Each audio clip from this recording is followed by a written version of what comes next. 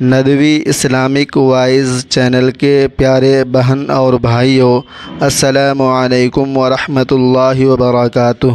انسان جب مشکل میں ہوتا ہے، بے قراری میں ہاتھ دعا کے لیے اٹھاتا ہے، آنکھوں سے آنسو بہتے ہیں، دل ٹوٹا ہوتا ہے اور لبوں پر صرف ایک ہی صدا ہوتی ہے، یا اللہ میری دعا قبول فرما۔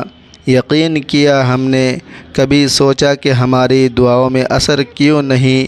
وہ آنسو، وہ سجدے، وہ التجائے، پھر بھی دروازے رحمت کیوں بند لگتا ہے؟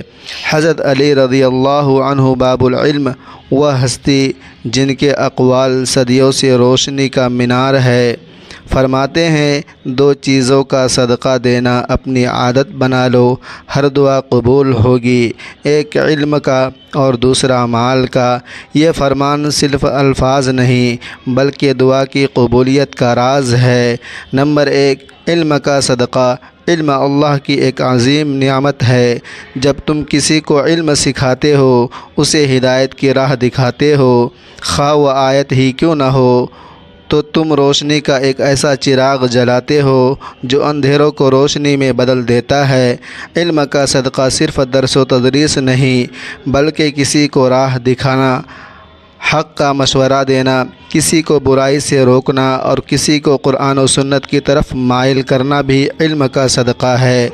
نمبر 2، مال کا صدقہ۔ مال وہ چیز ہے جس سے انسان سب سے زیادہ محبت کرتا ہے۔ جب تم اللہ کی راہ میں اپنے مال میں سے خرچ کرتے ہو، کسی یتیم کے سر پر ہاتھ رکھتے ہو، کسی بھوکے کو کھانا کھلاتے ہو، کسی مقروض کا قرض ادا کرتے ہو، تو تم اللہ کی رضا کے لیے اپنے نفس کو قربان کرتے۔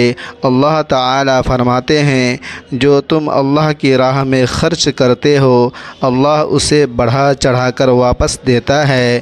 جب تم علم اور مال کا صدقہ دینا اپنی عادت بنا لیتے ہو تو تم صرف ایک نیکی نہیں کرتے، تمام آسمانوں پر دروازے کھٹکھٹاتے ہو۔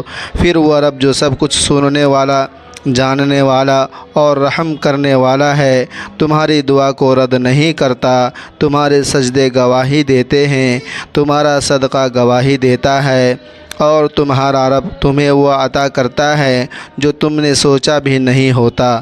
تو آؤ آج سے ایک نیت کر لو، ہر روز کسی کو ایک بات سکھانی ہے اور کسی ضرورت مند کو کچھ دینا ہے، چاہے وہ علم ہو، مال ہو، وقت ہو یا محبت ہو، کیونکہ جب صدقہ تمہاری عادت بن جائے تو دعا تمہاری طاقت بن جاتی ہے۔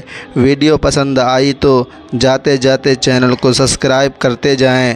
جزاک اللہ۔ اللہ تبارک و تعالی تمام امت مسلمہ کو اپنے حفظ و امان میں رکھے، آمین ثم آمین۔